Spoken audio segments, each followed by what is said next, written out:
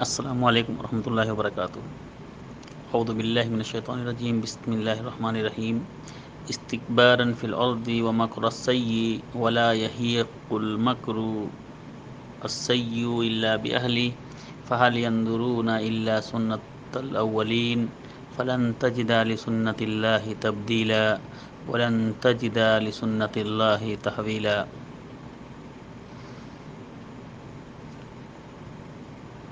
بری مکر و فریب کرنے والے کا انجام ان کے اہل پر ہی پڑتا ہے۔ یہ سورہ فاطر کی آیت نمبر 43 کا ایک ٹکڑا ہے۔ پوری آیت کا ترجمہ کچھ اس طرح سے ہے کہ اللہ رب العالمین نے ارشاد فرمایا، اعوذ باللہ من الشیطان الرجیم، بسم اللہ الرحمن الرحیم۔ استکبارا فی الارض ومکر السیء، کہ دنیا میں اپنے کو بڑا سمجھنے کی وجہ سے، گھمنڈ کرنے کی وجہ سے، تکبر کرنے کی وجہ سے، اور ان کی بری تدبیروں کی وجہ سے، بری چالوں کی وجہ سے،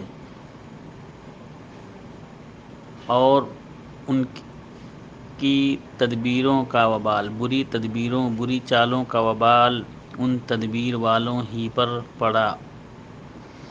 فَهَلْ يَنظُرُونَ إِلَّا سُنَّةَ الْأَوَّلِينَ، تو کیا یہ اسی پرانی دستور کو، پرانی سنت کو اللہ رب العالمین کے منتظر ہیں جو پچھلی قوموں میں آئی؟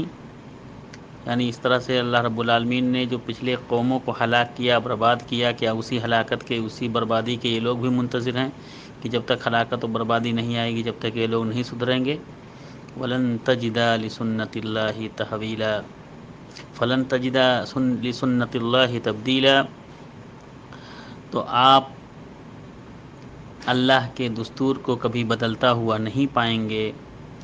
وَلَن تَجِدَ لِسُنَّةِ اللَّهِ تَحْوِيلًا، اور آپ اللہ کے دستور کو کبھی منتقل ہوتا ہوا بھی نہیں پائیں گے کہ اللہ کا دستور بدل جائے۔